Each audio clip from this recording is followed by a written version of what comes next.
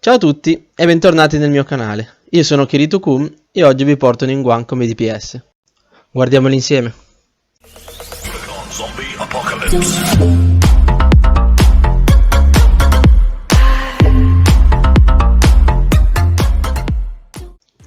Allora ragazzi, Ningguang è un personaggio 4 stelle, non è molto difficile da usare, il suo elemento è il Geo e come arma usa un catalizzatore. L'obiettivo di questo video ovviamente è quello di far vedere quanto danno riesce a fare, quali statistiche dobbiamo cercare, quali artefatti, quali armi sarebbe meglio usare e insomma, nonostante sia un 4 stelle, di danni ne riesce a fare parecchi. Vedremo anche quale personaggio aggiungere nel party, in modo da sfruttare il bonus di danno Geo. Comunque, andiamo a vedere la base del personaggio.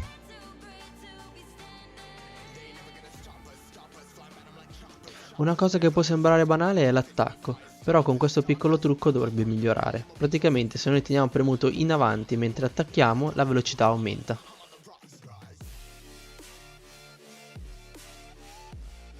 Un'altra particolarità di Ningguang è il fatto che ogni volta che attacca gli appare una gemma dietro la schiena.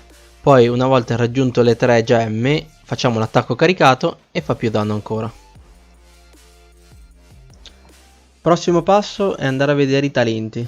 Andiamo a vedere innanzitutto i talenti passivi. Il primo talento ci dice che se abbiamo almeno una gemma, una volta fatto l'attacco caricato, Ningguang non consumerà nessuna resina. Il secondo talento passivo ci dice che se passiamo attraverso lo scudo di Giada ci dà un altro 12% di bonus di danno Geo durante 10 secondi.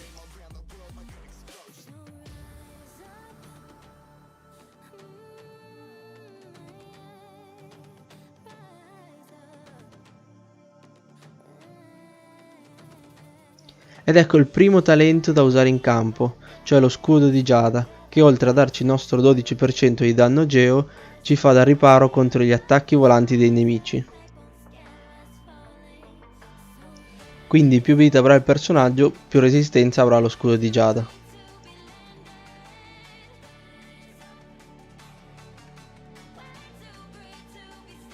Ci tengo a specificare che sono solo gli attacchi volanti, quindi i nemici ci possono passare attraverso. E cosa più importante, fa tanto danno. Quindi ricapitoliamo. Scudo di Giada cosa fa? Fa danno, ti fa da riparo dagli attacchi volanti e ti dà un 12% di danno Geo. Passiamo invece alla sua mossa finale, che praticamente sono delle rocce che vanno a colpire l'avversario, però ci dice che se lo scudo di Giada è presente nel campo ci saranno altre rocce in aggiunta alla sua mossa finale.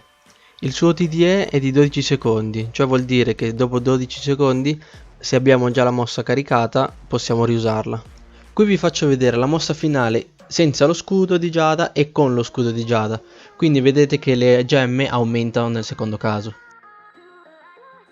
Per quanto riguarda le armi vi lascio queste 3 scelte che sono a parer mio le migliori armi. La favorita ovviamente è la Lost Player, che aumenta la velocità d'attacco del 10% e mentre è in campo aumenta l'attacco dell'8% fino al raggiungimento di 4 volte la cifra.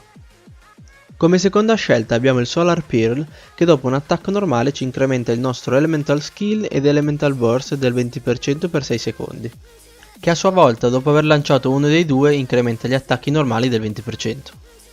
Come ultima scelta invece abbiamo il prototipo Amber, che dopo aver lanciato un'abilità definitiva rigenera 4 punti di energia elementale ogni 2 secondi durante 6 secondi, in più tutti i personaggi del party recuperano un 4% di vita ogni 2 secondi. E dal momento che potremo lanciare la mossa finale molto spesso, farà anche una funzione da healer. Purtroppo questa scelta ci ridurrà il danno che ovviamente faremo.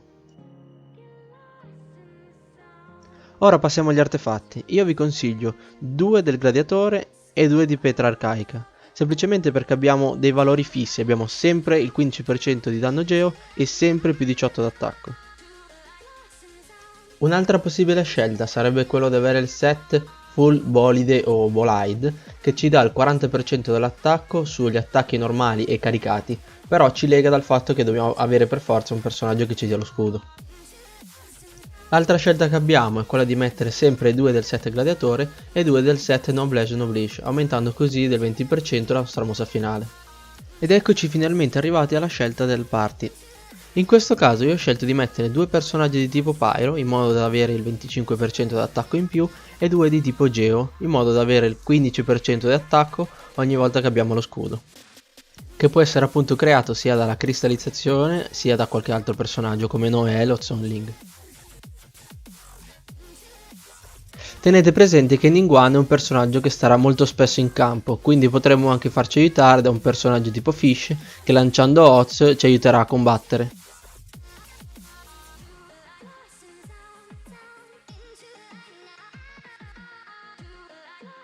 E per oggi è tutto ragazzi, se vi è piaciuto il video lasciate un mi piace e iscrivetevi al canale, attivate la campanellina delle notifiche in modo da vedere futuri contenuti.